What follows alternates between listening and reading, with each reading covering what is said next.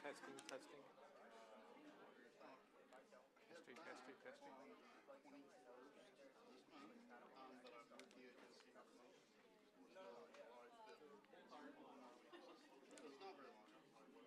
4, 5, 6 weeks. Wrapping everything up, trying to document everything for my successor, which we should make a decision on. And we've got very good candidates. I'm really excited about it. I was petrified we weren't going to get anybody.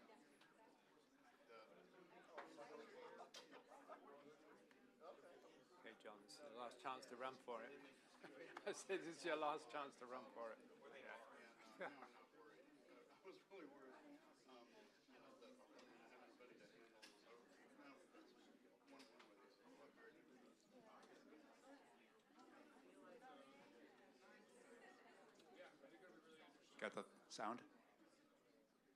Karen, do you have the sound? It's good. What? A test? Test 1, 2, 3, 4, 5, 6, 7, 8. Would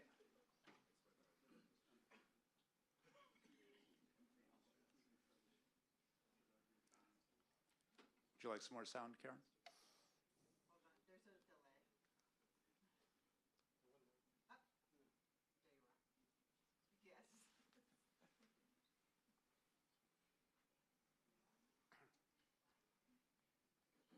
Good evening. I'm Will Thomas, the Spencer R. Ward Director for Research in History, Policy, and Culture here at the American Institute of Physics. Welcome to this, our second event of 2024 in our Line Starling Trimble public event series. As many of you know, this is traditionally a history lecture series. Tonight we are presenting a discussion on how space telescopes move from drawing board to reality. Space telescopes are incredibly complicated and high-stakes projects that have to be shepherded over many technological, managerial, and sometimes political hurdles in order to realize their revolutionary science goals. NASA has worked on space telescopes practically since the agency was formed in 1958, when they were championed by Nancy Grace Roman, who was the first person to lead astronomy at the agency. Her efforts and others ultimately led to the deployment of the fantastically successful Hubble Space Telescope, which is still producing path-breaking observations 34 years after its launch. AIP's Niels Bohr Library and Archives is proud to host Nancy Roman's personal papers, and some of you may have seen examples of those from our collection out in the lobby before this presentation. Taking the opportunity to acknowledge Nancy Roman is doubly appropriate for this event. NASA is currently building a new flagship space observatory called the Nancy Grace Roman Space Telescope, targeting a launch date in 2027.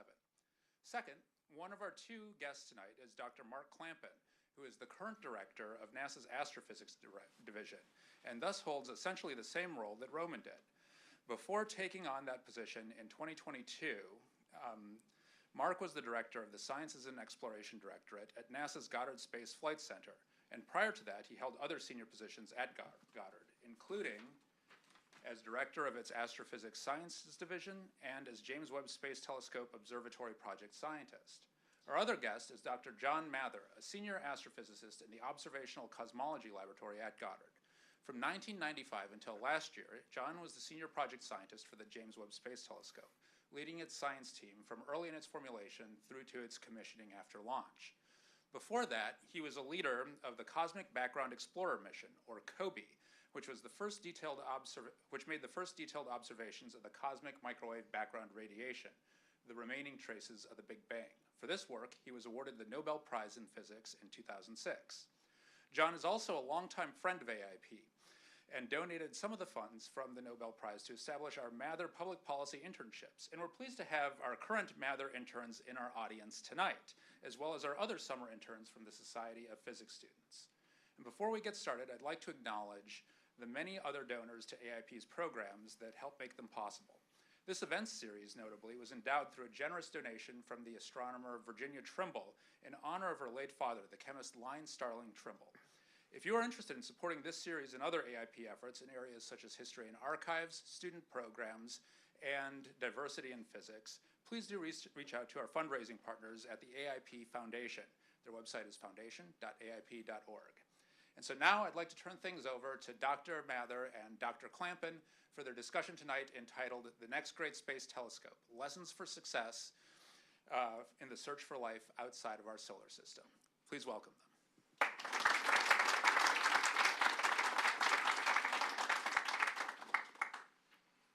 Well, I think we want to tell you how a miracle occurred. Not one miracle, but many miracles where scientists found a way to say, I'd really like to measure something, and our world enable us to do it. There's a huge amount of infrastructure that we depend on. Our political world is able to provide us support. Our technical world is able to offer us the tools. And scientists are clamoring all over the world, climbing all over the world, looking for ways to measure these wonderful things that we're after. So we want to tell you tonight a little bit about the process of how that happens, with some examples from the ones that we've been working on and some thoughts about what's going to happen next. So, as you know, we're working on the Habitable Worlds Observatory, and a great telescope at least as powerful as the Webb, only aiming at different scientific objectives, and building on what we already know to do something even more fantastic than what we've already done. So that's our agenda. So thank you, John.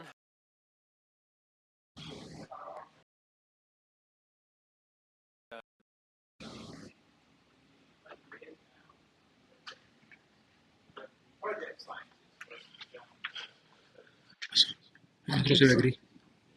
Sí, todo lo noté. Eso es todo. Se escucha bien, todo bien. Sí.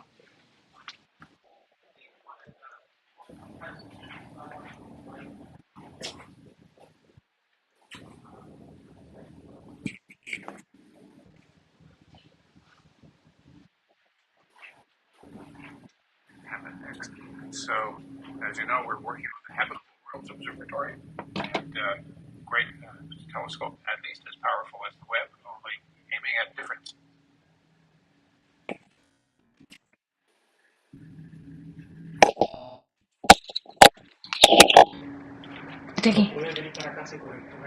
Yo sé. No, there was going to be planets. To try out a long list of things they knew they wanted to do, so great ambitions, and they had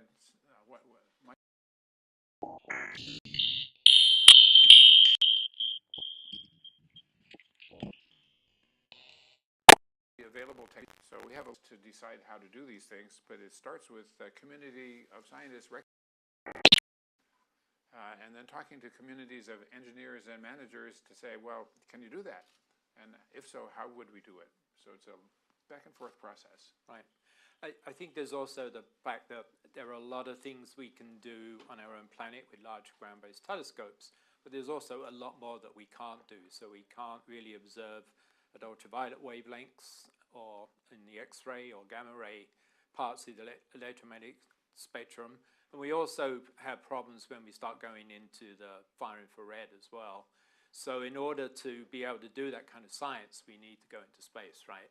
And then, of course, because we're astronomers, and as John just said, you know, we did the Hubble Deep Field with a space telescope, and then realized there would come a point where we really needed to go further into the infrared.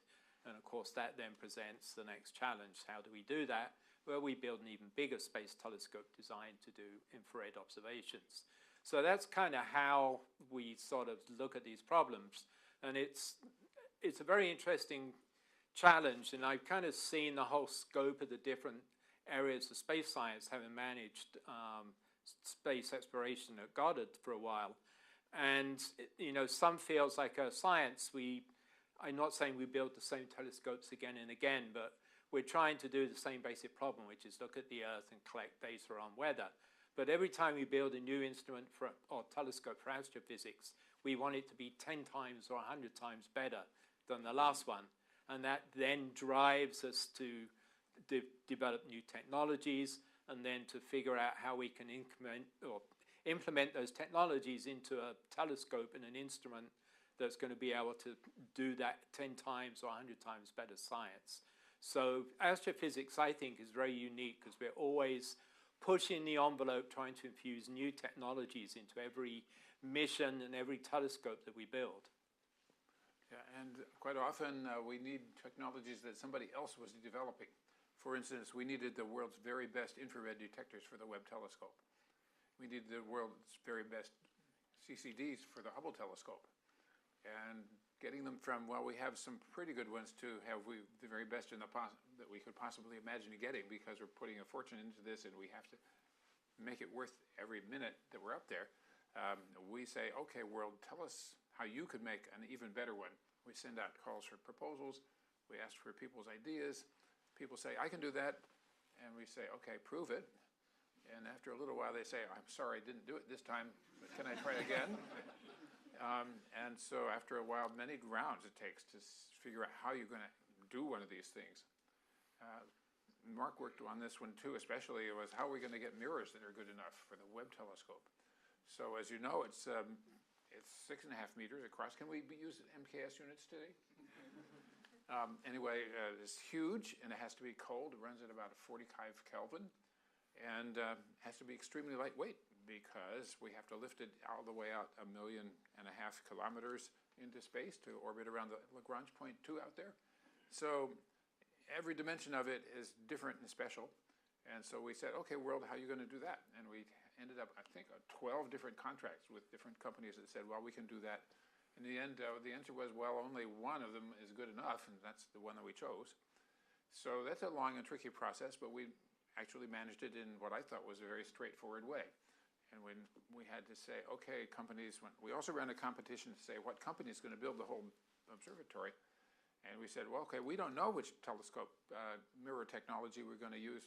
Whatever you tell us, it has to be compatible with whatever choice we have to make. So they did, and that's how we got to be able to fly a rather difficult mirror technology, but it was good enough. And as you know, it has been almost perfect. So that's a good point, John. One of the things I remember when we were building or thinking about building the mirrors, and this is a really good example of the kind of technical challenges you have when you start thinking about these telescopes. So if you have a big telescope in space, you really don't want to be controlling the whole mirror, especially if it's 6 meters across at the level of less than a Kelvin, to maintain the stability. So the thermal stability of a mirror is really important when you're in space, and if you don't control it, it's going to change every time you slew that telescope to a new target. It's seeing a different sort of thermal environment, and that will change the performance of the mirror. So when we started thinking about this, we realized, well, we need a mirror that is extremely stable at 40 Kelvin. And as John said, we did the early technology development, but we ended up with a sort of mirror shootout, 2 different technologies. And one of them was glass. At the time, it was ULE from Corning, and beryllium. And what we found was that the operating temperature, when you cooled these mirrors down to about 40 Kelvin, you could change the temperature of the beryllium one by a few degrees, 5 degrees, and the figure didn't change. It kept the same shape. The glass one, not so good. So that immediately leads us to sort of draw the conclusion that if we want a really stable telescope, but not just a stable telescope, but a stable telescope where we have to do as little work as possible to keep it stable, then we go with beryllium. And of course, there are always trades, right? So the downside of beryllium is, one, it's very toxic. So it's very hard to make beryllium mirrors. And then, of course, you have to sort of figure out how you're going to do that and how you're going to manage and handle them all through the lifetime of the telescope while it's on the ground.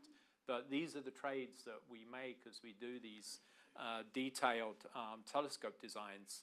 And I think one of the things I always sort of get asked a lot is, well, how do you decide which of these big telescopes you're going to build at any given time? And that sort of brings us to the decadal survey, which is kind of the astrophysics Bible every decade. So yeah, well, we tell a little story about how we got this one started. When even before the Hubble telescope was launched, there was already a conference held about what are we going to do next after this one, and it was very optimistic. And of course, everybody's expecting the Hubble to work beautifully, and then it didn't, and we had to go fix it. which of course meant we now learned how to do something really hard, especially how to focus a telescope after launch. And that turned out to be an essential part of the new telescope that we decided to build.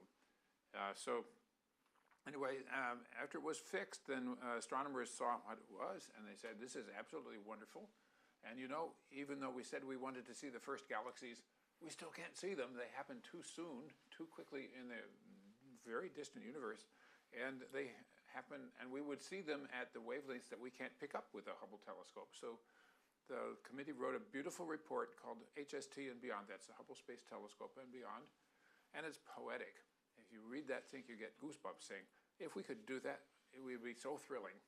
And so when that came out, NASA headquarters, I was working with that committee, and I got a phone message one day, would you like to work on this new telescope? I know the COBE satellite's done. What are you going to do next? Well, of course I'm going to work on that new telescope. It's the coolest thing ever. Because I could see that it would cause a revolution in science, and that every astronomer in the world would want to use it one way or another. So, okay, I'm in. And so we worked inside NASA for about 5 more years before the next round of decadal surveys happened. So this is the thing with NASA and NSF and the Department of Energy sponsored through the National Academy of Sciences. And I call it a giant science party, which means a couple of hundred scientists come together to argue and think about what's the most important thing for us to do next. So it has to be a combination of it's really important, it's really special, and we think it could be done. And so they considered all this thing. And so coming out of that, the report said, yeah, well, this is our top priority for big space projects. So please do it. So we were up and running. So I think that the CADOR is a very important document. So we get one of these every decade, and it basically says, here are the big problems to address this decade. And it kind of, most of them have pointed us to the mission that they think we should build to address each of the big questions. And of course, the challenge certainly for myself right now is, how do I actually make that happen? So right now we're talking about the next big mission, which will be called the Habitable Worlds Observatory. And, you know, I can look back at how the James Webb Space Telescope got started, and that was recommended in the 2000 decadal survey as the highest priority. And once the decadal survey says this is the way to go, it's not just the astrophysics community that kind of get behind it, but it's also a roadmap for our stakeholders in Congress, because it tells them what our community as a whole thinks is important and what we should fund. And so if you then try to convince them to do something else, they will wave the book at you and say, this is the roadmap, this is the way you have to go. So it's very important, if you have a really good idea, to build a consensus within the community and then get it into the decadal as one of the highest priorities if you want to do a big space telescope to look at a new problem. And of course, it really does take, you know, a whole village. So it's not just the science community, where you need to get industry involved and behind you as well. And it's a long, hard slog, right, John? I mean, it took a lot of work to get longer than we thought. Be #1 in 2000. Yeah. So I think it's not unusual for us to underestimate the difficulty of things. In our case, a lot of things happened that we didn't fully expect. We didn't really know how we were going to test the telescope. When we received in proposals from the big companies, they had plans, but when we looked at them again, that's not a good enough plan. So what's a better plan? Well, it's going to cost more money and time. And looking back at it now, we say, well, we did a whole lot of tests, and if we had not done those tests, it would not have worked, because in every test except the last one, on every one, something was the matter. And so we had to fix it. So test, fix, test, fix, test, fix until it's done, and then you can launch, and you have a reasonable chance to win. And so it's a very long process to do that right. So I think all of us are optimists. Of course, we wouldn't be doing this if we didn't think we could get it done. But when I started off, I said, I'm not going to worry about how long it's taking. This is the coolest thing there is possibly for me to work on. I'm going to work on it until it's done. So it's turned out well. So we should probably talk a little bit about smaller projects too, because now they're not all gigantic ones blessed by a giant committee. So, yeah, why don't you talk about how we run those programs? So NASA runs its astrophysics programs with a sort of balanced portfolio of missions that address a range of different scientific objectives. Now, as I said, the top priorities are driven by the Decadal Survey. And if you look at the Decadal Survey we're working to now, number one priority is go build the Habitable Worlds Observatory and look for life outside our solar system. The second priority is to look at time domain and multi-messenger astronomy. And for me, it means trying to make lots of missions work together. But it also means build smaller missions that are designed to do one small task. Now, most of those missions, we try to compete. So we have a class of missions called mid-X's, which are in the sort of $650 million kind of cost line. We have a smaller one called a Small Explorer. And these are both missions where the science community is free to propose whatever they want. Hopefully they've read the Decadal Survey and they've taken some cues from that. But we've run those programs so that we really can address the whole electromagnetic spectrum. And now we're starting also to look at other messengers like gravitational waves. So that's our sort of mid-class program. And then we have a lot of programs that run in the what I would call the research and analysis program. And a lot of those are really designed to do two things. One is train new scientists to build hardware. So a good example of that is flying a balloon experiment with an instrument that you will later try to propose as a bigger free flyer. And the other one is just building smaller missions that you can fly as a CubeSat or, in a payload slightly larger than that. And the recent sort of growth in commercial launch opportunities means that we quite often get to fly, quite a few CubeSats in one launch, strapped on a thing called an ESPA ring around a larger mission. So having all these new launch opportunities also means there's lots more opportunities to do science on small experiments as well. And they're great for training our early career scientists, but they're also great for addressing very specific scientific questions that you don't really need a big telescope for. And so by having a balanced portfolio, we can make sure we're training the next generation, that we're really addressing a wide range of the electromagnetic spectrum. And then, of course, we're really trying to tackle the big problems with the large flagship missions. And I think it's really worth noting that, I always think, a key indicator of the success of the Decadal Survey approach to doing science like this is that it's given us the Hubble Space Telescope in the 72 Decadal Survey. It was followed by the Chandra Telescope, which is, an X-ray flagship, and then the first infrared flagship Spitzer, and then on to Webb, and now the Roman Space Telescope, which we're finishing up and hope to launch in 2027. And we're just getting started on the next one, which is the Habitable Worlds Observatory. So it's got a strong tradition of getting the whole community focused on the big problems and also some of the smaller ones that are really interesting and actually providing a roadmap that we can work to across the decade. Yeah, maybe it's worth adding that the particular thing I'm famous for, the Cosmic Background Explorer satellite, grew out of a balloon payload, which was my thesis project in Berkeley, and it did not work the first time. So I got to write a thesis about a failed project, and I took a job at NASA where there was an astronomer who knew what this meant and had something else for me to try. Oh, be a radio astronomer. But then that was 1974, and that very summer, NASA said they want proposals for new small satellites. My idea, how about this? So we called up our friends and wrote a proposal and competed, and NASA was expecting a few proposals. They got over 150. So they knew suddenly there was a huge hunger and a vast number of ideas and great opportunities for NASA to do small stuff. So that was one of them, and it worked out. Exactly, and we have a long line of these small missions that are doing really great science. Another one I'll mention that I've worked on as a co-investigator and now oversee is the TESS mission, which is the Transiting Exoplanet Survey Satellite. And TESS is a really good example of why we build these, smaller missions as well as the large ones. So TESS was designed to find the brightest nearby stars that have small rocky planets that are transiting, which means eclipsing, moving across the face of the star, so you see a small dip. And it was really basically a target finder for the James Webb Space Telescope. And it's been extremely successful. It's found, I think, somewhere in the region of about 250 small rocky planets, Earth-sized kind of planets that JWST will be slowly following up.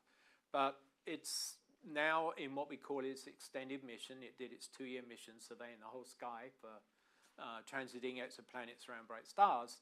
And now anybody can propose to do science with TESS.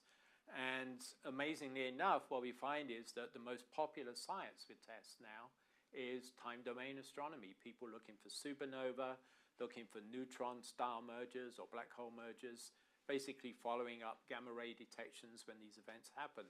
So 60% of the time on TESS now isn't even being used for the thing that we built it to do.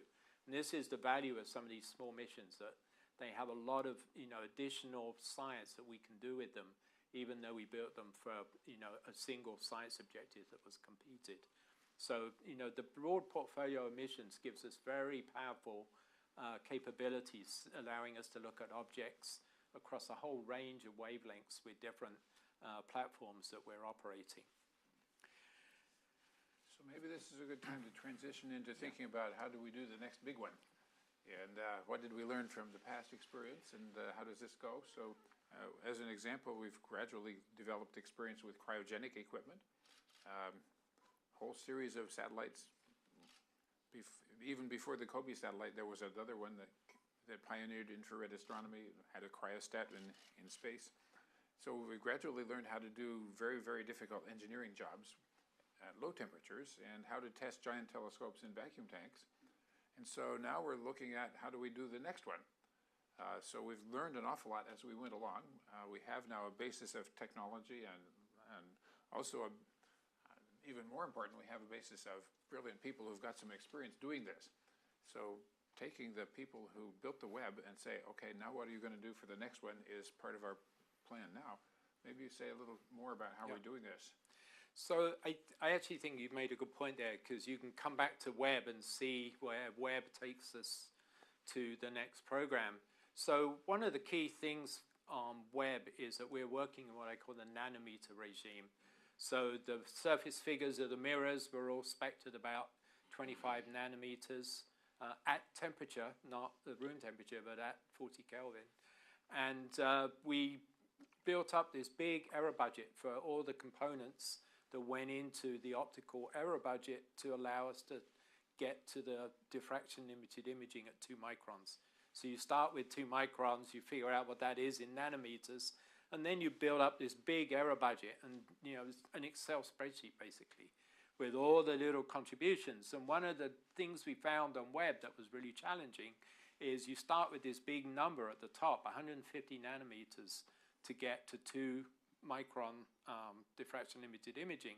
And then you start putting in all the contributions, the mirrors, the actuators on the back of the mirrors, the errors when they move, the structure itself, how stable the structure was, how stable the mirrors were, how well you could point the telescope and keep it pointing at the same position.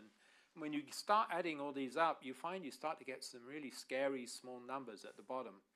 And along the way, you realize that maybe your computer models work, but you don't know for sure they work. And a good example is the backplane structure that held the mirrors. So we have this 6-meter telescope with all these mirror segments, and we need to know that when we build the full-size backplane structure that it's going to allow us to meet the quality of image that we want on the mirror. And so we backed out from the error budget how stable that had to be as it cooled down, and then we realized that we really didn't know if the models were accurate enough. So what do? You have to go build a test article and validate your models. And this is a sort of direction that we're going more and more with these new telescopes, which is basically verification by analysis rather than test as you fly. So this is a theme I'll probably come back to.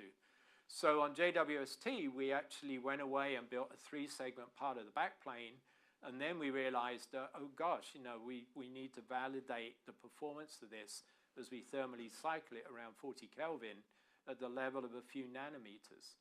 And we realized we didn't actually know how to do that. So we went away and we found a really smart guy at Goddard, Babak Saif, who's an expert on interferometry, and he developed a brand new way of doing what we call black structure interferometry, which is, doing speckle interferometry on a very black surface. And, figured out how to do it, and that allowed us to validate our model.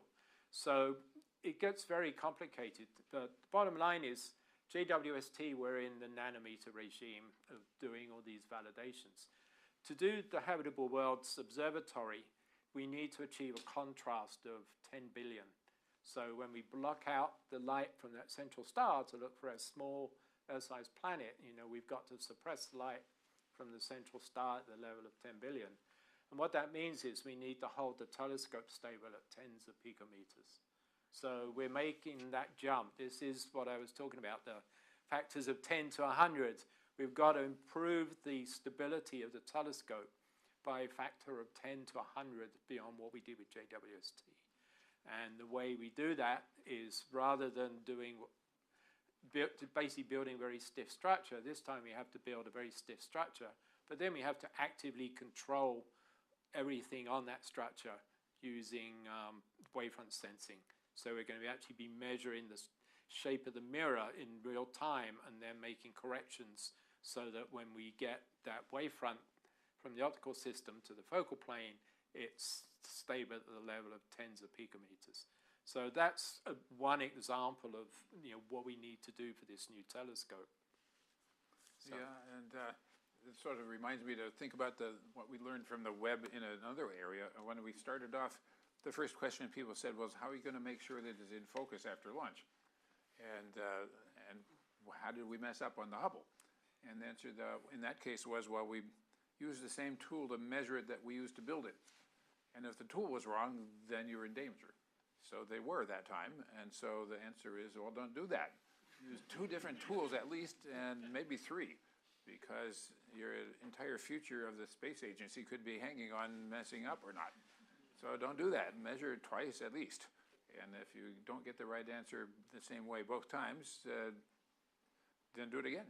Another way, with another team of people and another set of tools. So Mark got to do that in a case of something we called stray light analysis. And, well, okay, this commercial tool tells you how much glare is there going to be. And, okay, so you calculate. And another one. So, okay, we're going to compare. Well, what do you do when they don't get the same answer?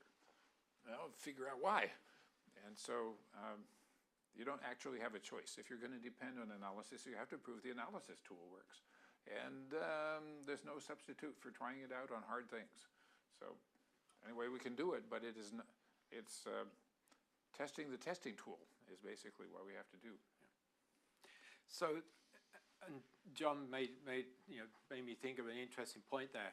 So he mentioned that we ended up using all of the techniques we developed to figure out what was wrong with Hubble, to actually then phase or make the corrections to Webb on orbit, so we could tweak all the mirrors to be in a perfect shape. And we've kind of taken that philosophy forward for the Habitable Worlds Observatory.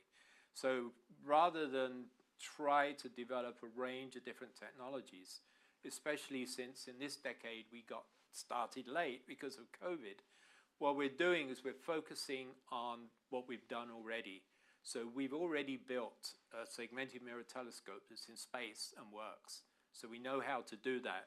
So having already learned that, it's better to start there and then figure out how to get to that picometer precision that we need, rather than trying a range of different techniques.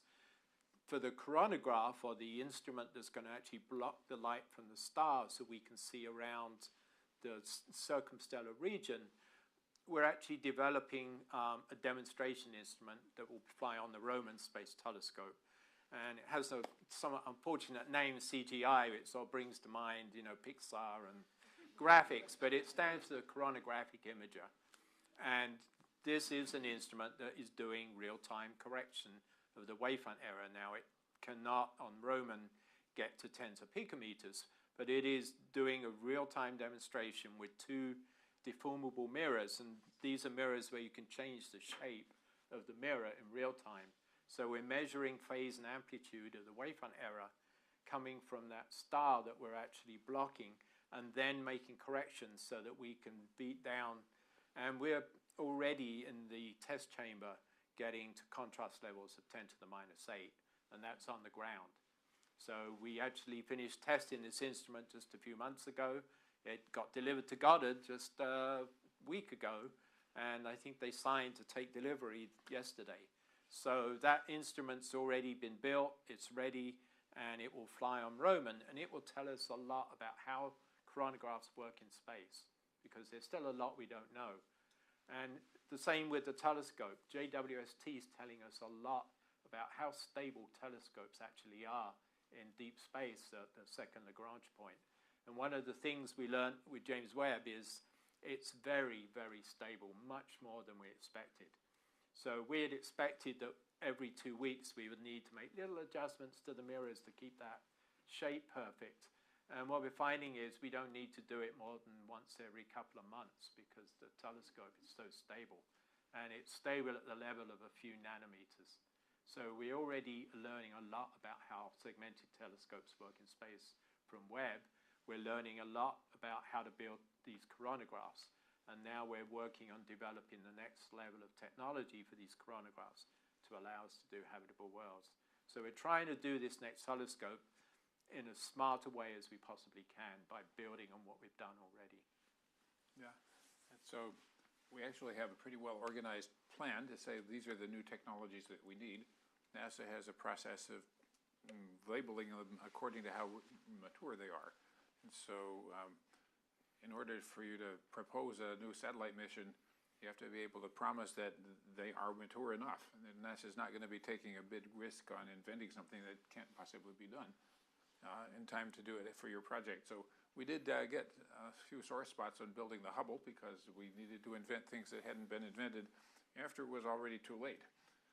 So that happens. Once in a while we get surprised. But on the other hand, when it flew, it was a miracle, and it was absolutely brilliant.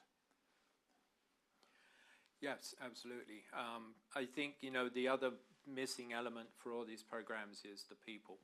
And I'm sure John will agree with me, on Hubble, on the Hubble service emissions, and then, all of the big flagship programs, it's really the people that build the success of these missions and take them forward. And we're just in the process now of doing another piece of the habitable worlds, which is getting our community to sort of buy into the concept, to get involved, so that we can identify the leaders who are going to take this concept forward and build this telescope as we go forward.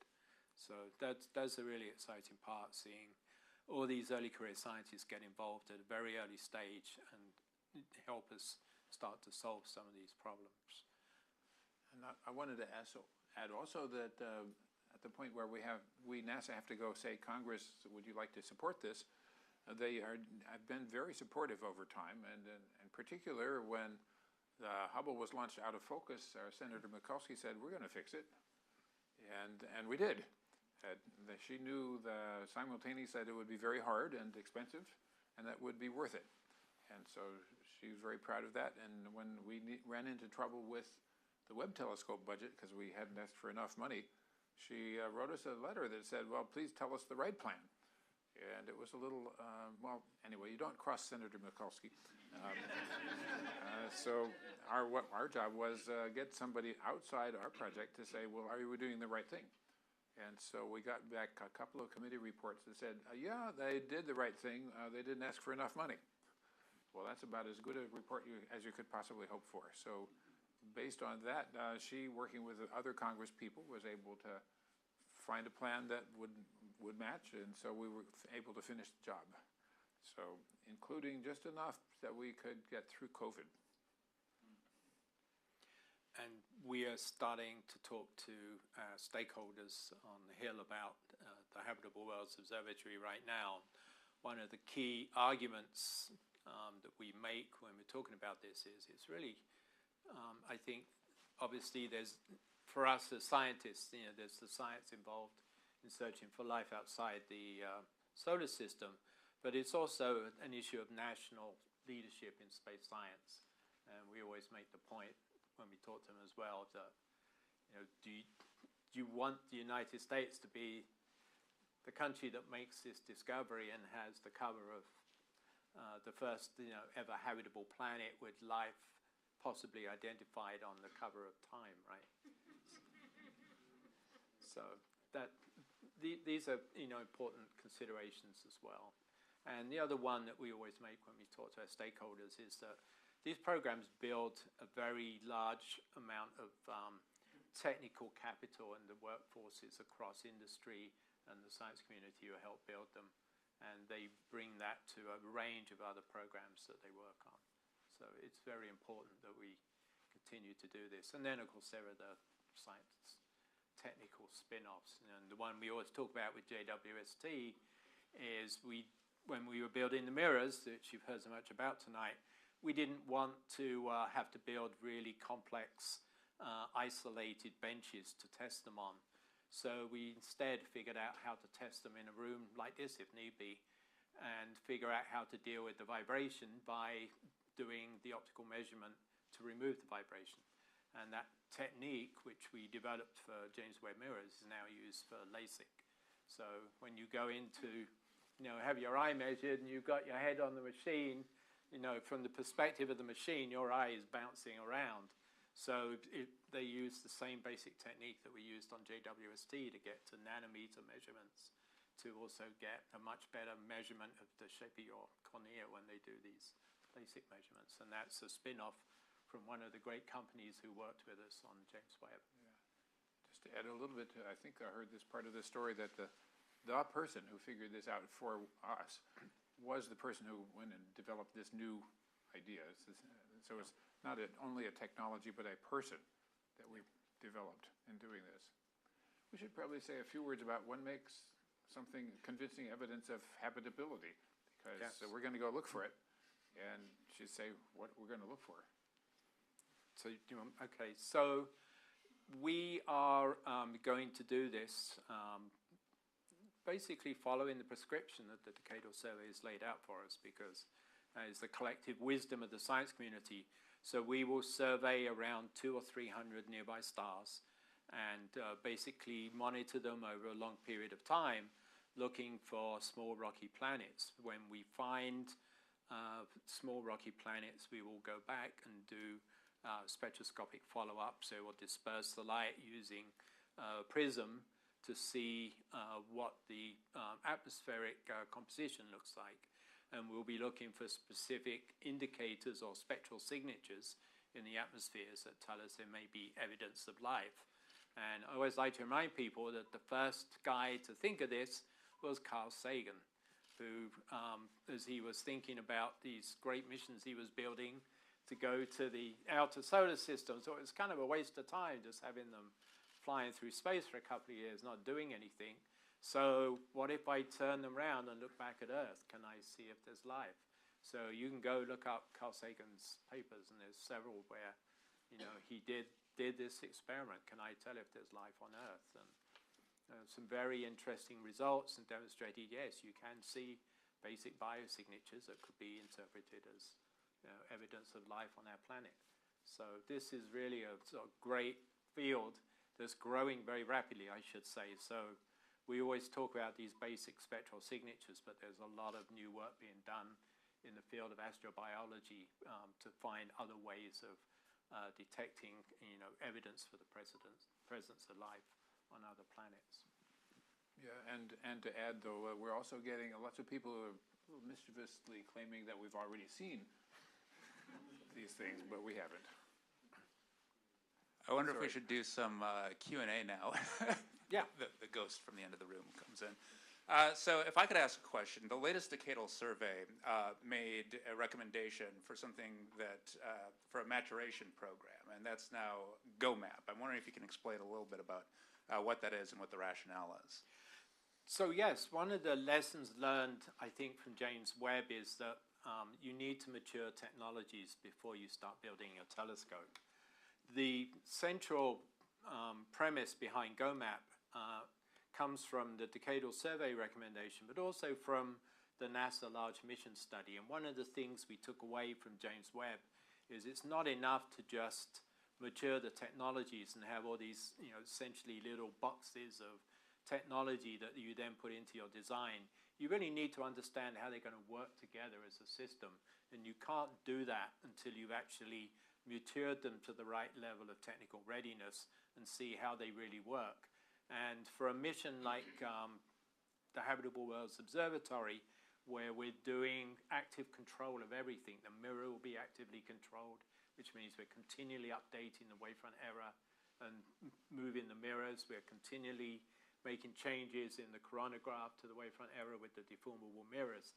You really need to understand very well how your system is going to work. So maturing technologies first is a key part of this. Okay, we'll go to the floor. I saw a question over there.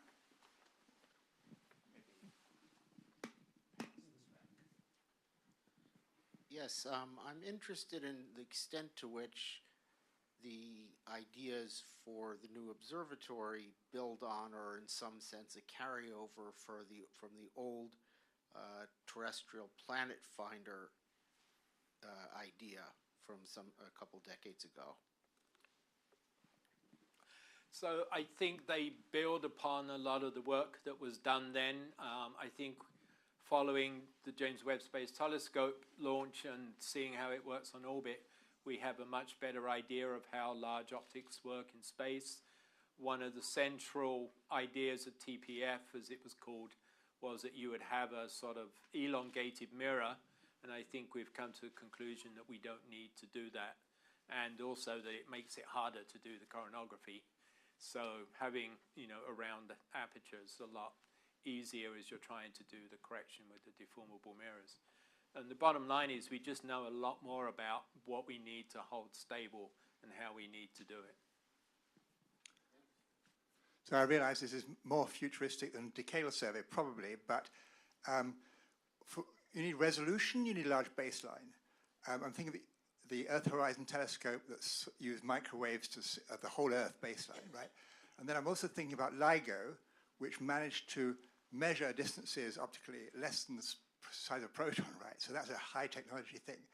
So the gravitational wave people want to put LISA in sky with three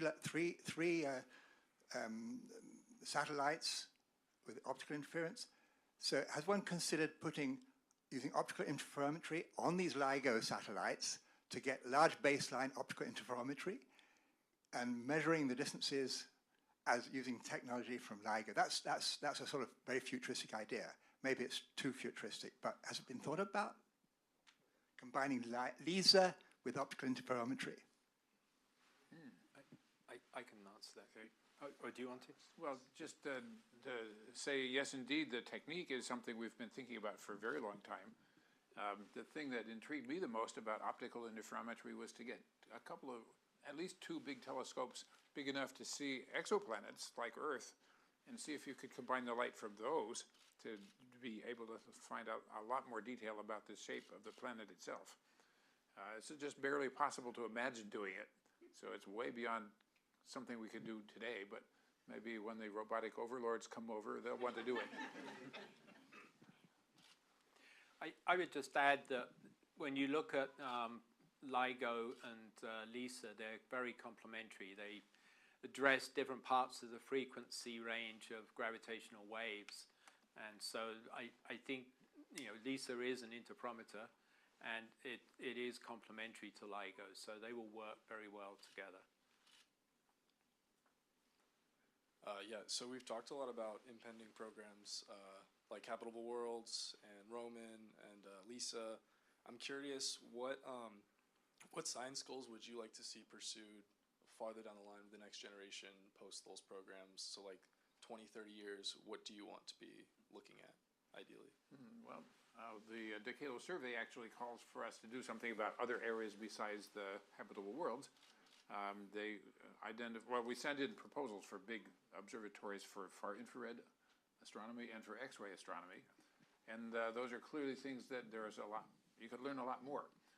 So I'm guessing we'll need a great observatory sometime for each of those. And so if they come at a pace of every 15 or 20 years, we're talking about most of a century to work off the ideas that we have today. So we're not going to run out of scientific things to do. So lots of ideas. And I think as technology advances, a lot of these things will get easier than they are today. So I wasn't completely kidding about the robots. I'll just add, if I think of my sort of dream future project, is probably using quantum entanglement to do extremely high resolution interferometry. So I could see that as a follow-on from the Habitable Worlds Observatory. So we're probably talking probably 50 to 100 years in the future, but that's the next thing, I think, in space. Okay. Hello. You guys both talked about the importance of having good sources of funding and good governmental partners that are willing to support science, and specifically the science that NASA does. And I know that AIP does a lot of great work on tracking how science is being funded, and unfortunately, it doesn't seem like budgets are getting higher than they have been in previous years. So as NASA continues to create more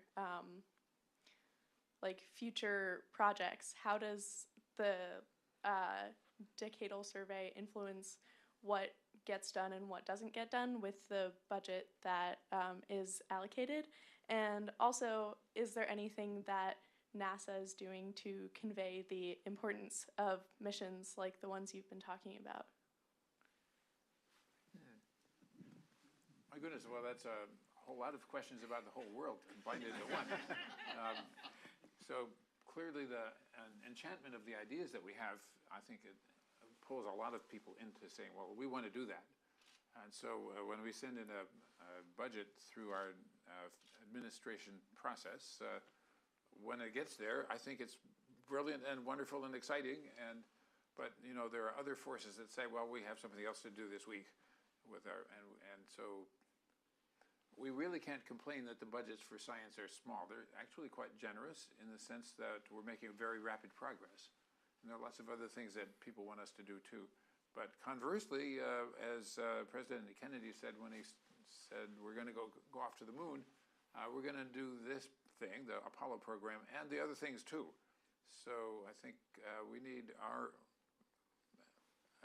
government process to say we're not giving up on all the things we need to do. We need to do them all because we can.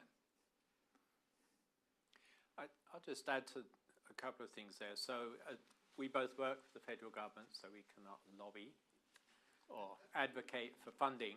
We leave that to our science community. But in the role I'm in now, I spend quite a bit of time on the Hill talking to our stakeholders, talking to staffers about the budget. And we try to make sure that when we talk about what we do, we really focus on not just the scientific discovery aspect, but the other benefits that it brings the nation, including the technology development, a well-informed, well-trained workforce, the benefits it brings to industry, in jobs, and also technical capability that then, is very applicable to other things that these companies do. And of course, it's very important for STEM, to get the next generation of scientists and engineers, you need to get people engaged. And one of the great things about astronomy and astrophysics is it's a great science to talk to young kids about. So, spending a lot of time and energy making sure you're doing as much as you can in STEM education is another important part.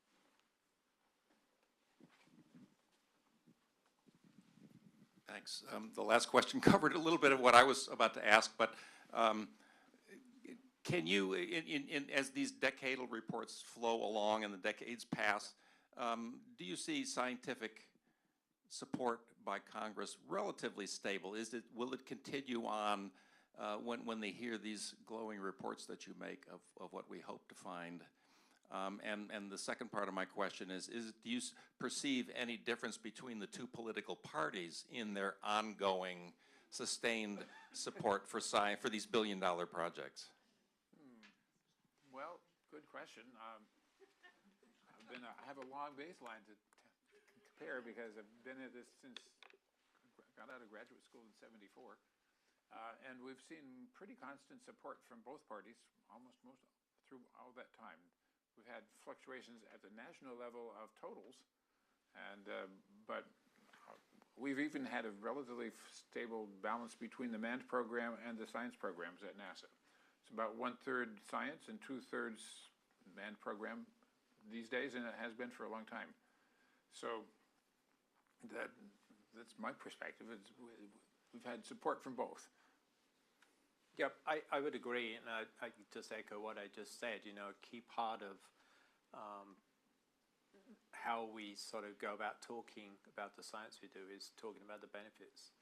And, you know, more than just, I mean, the discovery is an important part to the science community, but, you know, when our stakeholders look at what we're doing, you know, they have other questions, and, you know, making sure you're really talking about what you're doing, why you're doing it, and the benefits it brings to the nation is really important. And I think they see that, which is why we continue, as John said, to get very good levels of funding for science. We might also say a few words about the balance between the astrophysics portion and the other sciences. My impression is they've also been roughly constant shares of the total budget over time also. So people worry about the balance because sometimes earth science is seen as important or less important. People not here might not appreciate that we do a lot of heliophysics.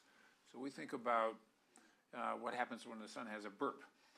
And we see the auroras, and it was even part of how I got started in being a scientist, because the International Geophysical Year in about 1957 or something coincided with a giant aurora that you could see from New Jersey. So this is really cool.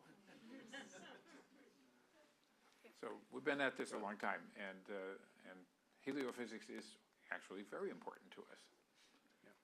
And I'll just echo, so is, I mean, NASA does a lot of earth science, and if you ever have time, if you go over to the NASA building on 3rd and E, you will see the Earth Information Center displays there, which are really, I think, really impressive. I still stand there for hours looking at some of the stuff that we show, but it basically just shows the range of data that NASA collects and talks about what it does with that, which, you know, can range from, you know, informing farmers in the Midwest when they need to plow or when they need to plant, to helping FEMA understand where they need to send emergency services after hurricanes or, you know, other natural disasters like earthquakes. So, you know, NASA does a lot of things in different parts of the sort of space science spectrum, and I think all of those contributions are what, you know, fully appreciated by our stakeholders. And as we're wrapping up, I want to put in a plug for bringing back a rock from Mars. If you want to see if there's life elsewhere in the solar system, and if we found it in such a rock, it would be much more solid than arguing about a spectrum of a distant planet. So I sure hope we can do that soon. Great. So not to beat this horse too hard, but I'd love to talk a little bit about the balance between human space exploration and these science funding, specifically as we see some of these programs like the Chandra telescope and OSAM kind of coming to a close, some arguably prematurely, and then we're seeing these investments in programs like Artemis, and I'm just wondering if you guys can speak to how you guys as the scientists are able to make that connection between some of the more overtly exciting space exploration that comes with some of those manned missions and some of the work that you do that excites a lot of us here in this room but might not make the headlines in a way that feels similarly exciting to the taxpayer. Well, one thing to point out is it's never good to criticize your competition. because they're actually our friends, and we use the same companies, and we build on everything that they build on. So they're taking on an extremely dangerous thing of putting people in a little metal box and keeping them alive. And so if they can do that, then we can do what we need to do. And so I think we should continue to be friendly. And I've seen over time people thinking, well, if they could stop a program, that they could get the money. No. So I'll just address the first part of your question, where you mentioned, for instance, Chandra. So, one of my jobs as astrophysics director is to, as we were discussing earlier, to have a balanced portfolio. And, when you have, certainly in the current environment we're in, we have a pretty flat budget in the president's budget. So we have to look at that and figure out how to work with that budget and still, achieve our decadal goals for this decade, and also continue to, get the best possible science from every mission. So we haven't said we're shutting Chandra down. What we're doing is trying to find a way to get the science and operate it at a lower cost point, I think is the best way to put it. And that's why we've just had a big review to look at this, where we've got a lot of senior scientists like John to come and give us advice. All right. Well, thank you very much, everyone. Thank you to Dr. Clampin, Dr. Mather. So we have a few more questions in the audience, but I'm afraid we are all out of time. So I'll just take my mark here and say that we hope you will join us. We hope that you will join us when we resume the Trimble series this fall. We'll be having a couple of history science lectures again. Larry Principe will be joining us from Johns Hopkins University to discuss the history of alchemy. And Michelle Janssen from the University of Minnesota will be discussing Lucy Mensing, who's an important woman in the history of quantum physics, which is part of a much larger project on women in the history of quantum physics that AIP is going to be supporting. And of course, we're coming up on the 100th anniversary of the revolution in quantum mechanics in 2025, and we're looking forward to helping celebrate that. So, thanks very much. Have a very good evening, everyone.